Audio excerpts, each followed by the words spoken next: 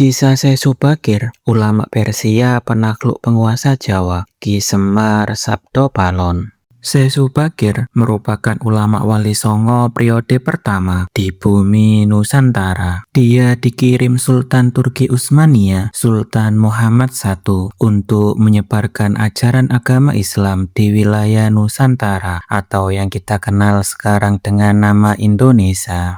Konon Sesubagir telah menumbal tanah Jawa dari pengaruh negatif makhluk halus saat awal penyebaran ajaran Islam di Nusantara. Kisah itu dimulai saat Sultan Muhammad I bermimpi mendapatkan wangsit untuk menyebarkan dakwah Islam ke Timur Asia atau Tanah Jawa. Adapun mubaliknya diharuskan berjumlah 9 orang. Jika ada yang pulang atau wafat, maka digantikanlah ulama lain asal tetap berjumlah 9. Sehingga terkumpullah beberapa ulama terkemuka dari seluruh dunia Islam waktu itu. Para ulama yang dikumpulkan tersebut mempunyai keahlian di bidang masing-masing. Ada yang ahli tata negara, berdakwah, pengobatan, tumbal atau ruqyah, dan lain sebagainya. Lalu dikirimkanlah beberapa ulama ke Nusantara atau Tanah Jawa. Namun sudah beberapa kali utusan dari Kesultanan Turki Utsmania yang diutus datang ke Tanah Jawa untuk menyebarkan agama Islam, namun mengalami kegagalan dan kebuntuan. Penyebabnya, masyarakat Jawa saat itu sangat memegang teguh aliran kepercayaan turun-temurun, sehingga para ulama yang dikirim mendapatkan halangan. Meskipun berkembang, tetapi ajaran agama Islam hanya berkembang dalam lingkup skala kecil saja, tidak bisa berkembang secara luas. Karena penguasa Tanah Jawa kala itu tak mengizinkan agama lain masuk dan berkembang di wilayahnya. Konon kala itu, Pulau Jawa masih merupakan hutan belantara angker dan dipenuhi makhluk halus dan jin-jin yang sangat jahat. Lalu diutuslah Sesubagir, ulama asal Persia yang ahli dalam meruqyah, ekologi, meteorologi, dan geofisika ke Tanah Jawa. Beliau diutus secara khusus menangani masalah-masalah gaib dan spiritual yang dinilai telah menjadi penghalang diterimanya ajaran agama Islam di masyarakat Jawa ketika itu, dengan harapan dia bisa berhasil menyebarkan agama Islam di Tanah Jawa. Berdasarkan babat Tanah Jawa, sesampainya di wilayah Nusantara, Sesubagir yang menguasai ilmu gaib dapat menerawang makhluk halus itu, mengetahui penyebab utama kegagalan para ulama pendahulu karena dihalangi para jin dan dedemit Tanah Jawa.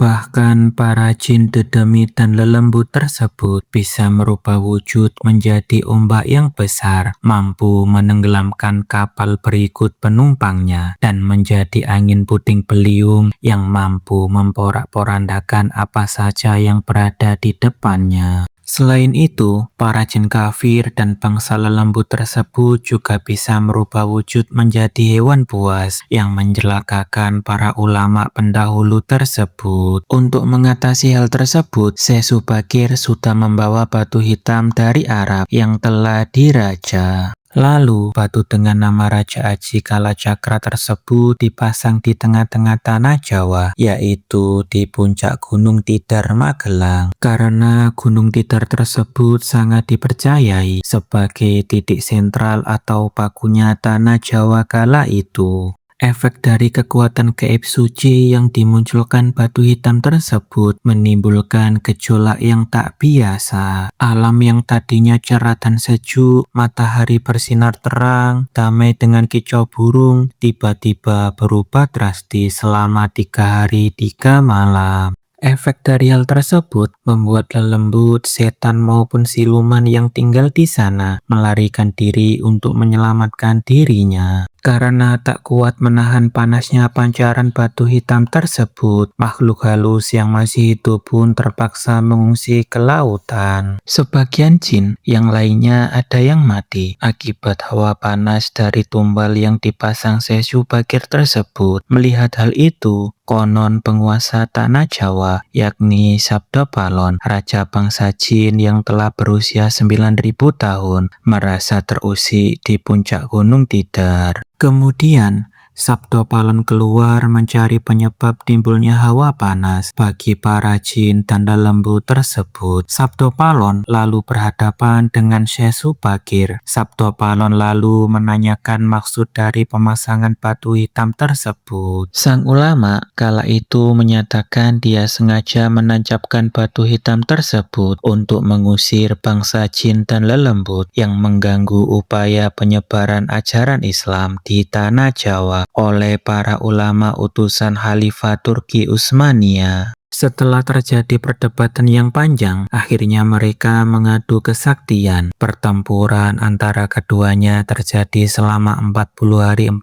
malam yang membuat Pulau Jawa saat itu terguncang keras dengan cuaca badai kilatan yang besar. Sabdo Palon yang juga dikenal sebagai Ki Semar Badranaya, sang danyang tanah Jawa, merasa kewalahan dan menawarkan perundingan. Hal itu dilakukan lantaran kekuatan yang dimiliki oleh Sesu Bakir tak bisa dikalahkan begitu saja. Sabdo Palon kemudian mensyaratkan beberapa poin dalam upaya penyebaran agama Islam di tanah Jawa. Isi kesepakatan tersebut antara lain Sabdo Palon memberi kesempatan kepada Sesu Bakir dan para ulama untuk menyebarkan agama Islam di tanah Jawa, akan tetapi tidak boleh dengan cara pemaksaan. Kemudian Sabdo Palon juga memberikan kesempatan kepada orang Islam untuk berkuasa di tanah Jawa dengan catatan para raja Islam silakan berkuasa, namun jangan sampai meninggalkan adat istiadat dan budaya yang ada. Silakan kembangkan ajaran Islam sesuai dengan kitab yang diakuinya, tetapi biarkanlah adat dan budaya berkembang sedemikian rupa. Syarat-syarat itu akhirnya disetujui oleh Sesu Bakir agar dia menyebarkan agama Islam dengan tenang. Selain di puncak Gunung Tidar, Sesu Bakir juga membersihkan beberapa tempat angker di tanah Jawa yang dikuasai para jin dan makhluk halus. Dalam versi lain diceritakan untuk membersihkan wilayah Gunung Tidar dari bangsa jin kala itu.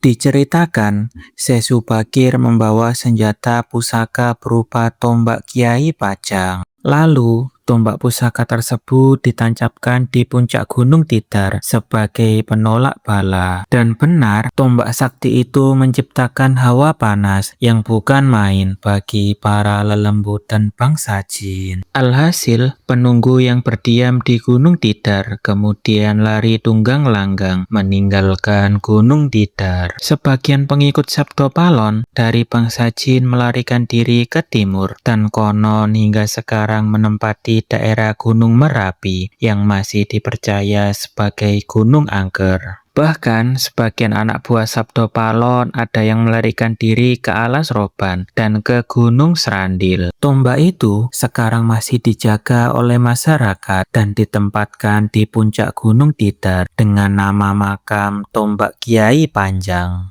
Dengan adanya tombak sakti itu, maka amanlah Gunung Tidar dari kekuasaan para jin dan makhluk halus. Karena keberhasilannya menumbal tanah Jawa, lalu penyebaran Islam oleh Wali Songo periode pertama menjadi lancar. Nama Sesu Bakir lalu menjadi sangat terkenal dan dikagumi di kalangan pendekar, penganut ilmu gaib dan kanuragan, serta bangsawan dan masyarakat di tanah Jawa kala itu, sehingga mereka terkesan mendewakan sang ulama asal Persia tersebut.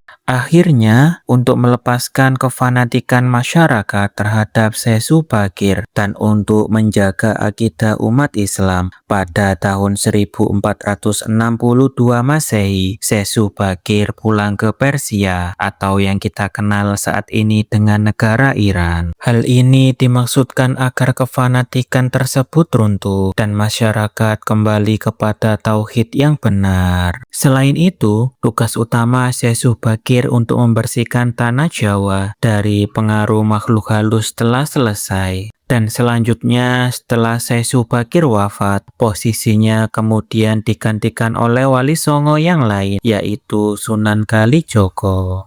Demikianlah sepenggal cerita mengenai kisah Sesubagir, ulama asal Persia, penakluk penguasa tanah Jawa Ki Semar Sabdopalon. Buat teman-teman yang mempunyai cerita versi lain bisa tulis di kolom komentar. Semoga cerita ini dapat menghibur teman-teman semua. Cukup sekian saya akhiri. Wassalamualaikum warahmatullahi wabarakatuh.